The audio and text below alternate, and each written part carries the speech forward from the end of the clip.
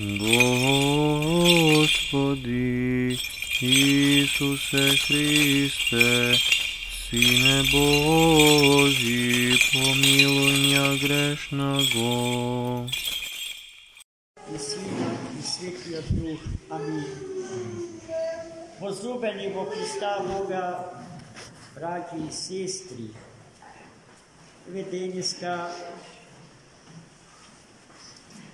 го славиме саботниот ден од првата седмица на Великиот Пасхален пост од Светата Црква, посветена на светиот великомаченик Теодор Тиро. И чудото што светиот великомаченик го сотвори во престолниот град на Византиската империја Константинопол. Некаде во втората половина на 4. век. Тогаш на тронот на Византиската империја дојде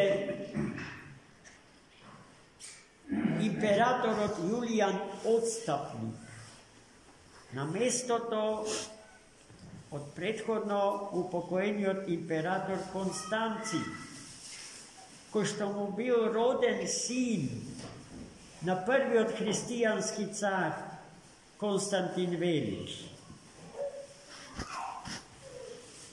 За разлика од светиот цар Константин и неговиот син Констанци,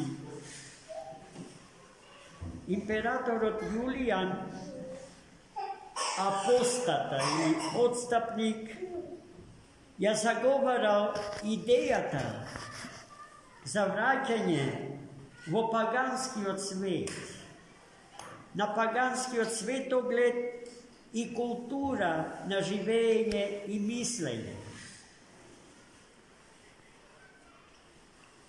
Поради што, а пред тоа би сакал да ве подсетам дека Јулијан Отстапник во младоста своја му бил другар, школски другар на Свети Василий Велики и на Свети Григорий Богослов, бидејќи тројцата студирале на славната Атинска академија.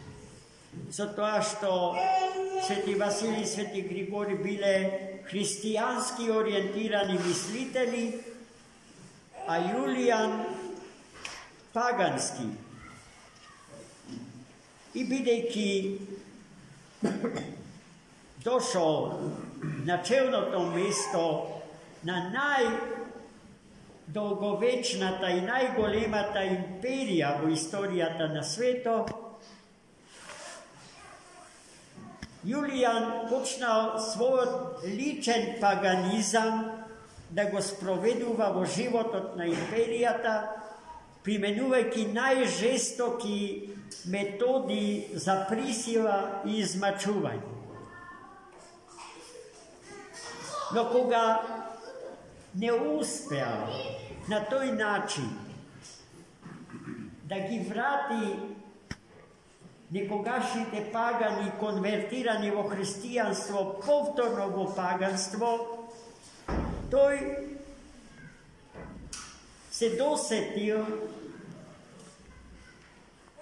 за едно лукавство, знаејќи го ставот, безкомпромисниот став на христијаните, да не учествуваат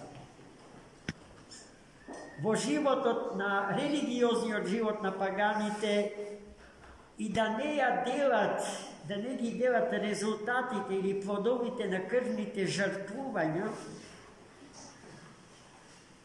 Јулијан Отстапник заповедал сета добра храна од пазарот во Константинопол да биде тргната и на нејзино место да се постави храна попрскана со крвта од идолските жртви.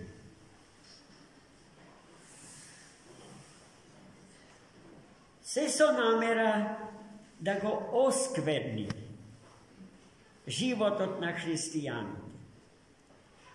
И тогаш првиот архиереј на Константинопол имал видение. Во него му се јавил светиот великомаченик Теодор Тирон со барање да се избегне таа опасност. А владиката го праша, а како ќе ја одбегнеме кога нема избор, нема ништо друго да се купи на пазарот освен осквернетата храна. И тогаш светиот великомаченик Теодор Тирон му предложил на владиката да ја собере паствата на Светата Црква Христова и да ја информира за опасноста што подмолно му ја подметнува богоборниот цар Јулијан Апостата. А за да се преживее таа недела, светителот му предложил на владиката да сварат коливо, да сварат пченица и да му ја разделат на народот во доволни количини за таа седмица. Кога дознал императорот Јулијан дека е осуетена неговата намера и дека ништо од тоа што го подготвил не успеало, тој заповедал на пазарот по Константинопол да се врати добрата и неосквернетата храна.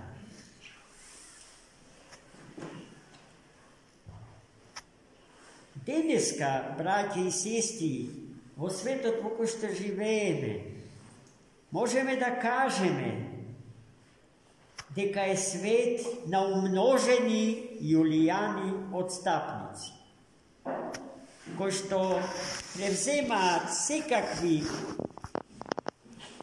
начини да се оскверни животот на христијаните.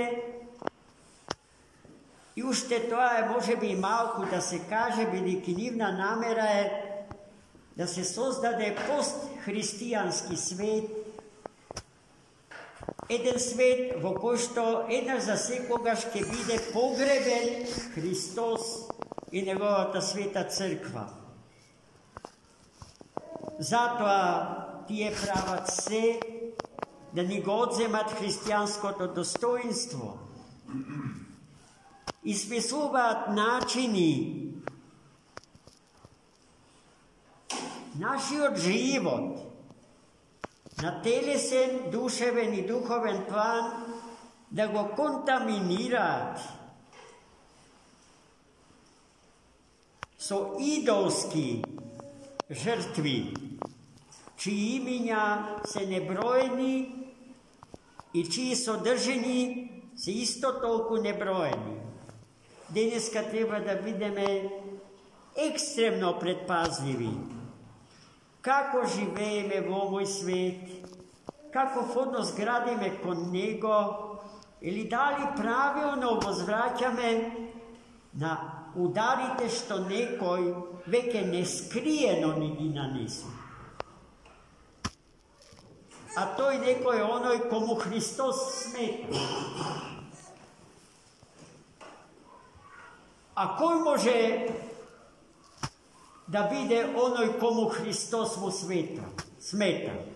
Оној кој што го намразил животот, оној кој што застанал против животот на страната од смртта, оној кој што не ги сака вечните перспективи на животот, на човекот и на светот. Тој смислува разни методи za depopulacija na човештвото. Во името на еден грст луѓе, чија перспектива е безперспективна, дури тогаш, кога вистински ќе успеат да загосподарат со сиот свет и со останатиот дел од човештвото, кое ќе може да продолжи да го има, да постои според нивната милост и определ. Ние се молиме и за спасението на тие луѓе. Господ да ги вразуми и да ги спаси. Омразата да ја заменат со љубов, а идолопоклонскиот однос кон смртта да ја заменат со вистинската почит кон најскапиот дар, дарот на животот што од Бога ни доаѓа. Во таа смисла, возлюбени браќи и сестри, и содржината на денешното евангелско четиво упатува на тоа дека вистински Господар на сиот свет и на животот е оној кој што светот и животот ги создал, односно Господ.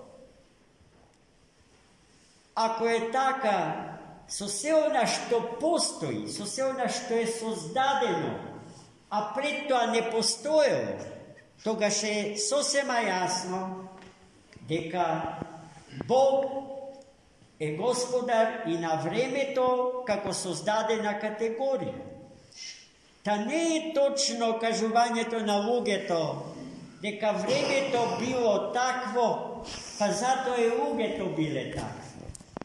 Бидејќи не може времето да влијае врз луѓето, туку луѓето го создава духот на времето.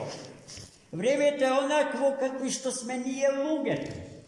А ние сме господари на времето, а не негови робови. Господ да ни даде мудрост и сила, тоа што денеска самиот Христос ни го кажа, да го примиме со сето срце свое и да го оживототвориме во нашите собствени животи. Амин. За многу години. Утре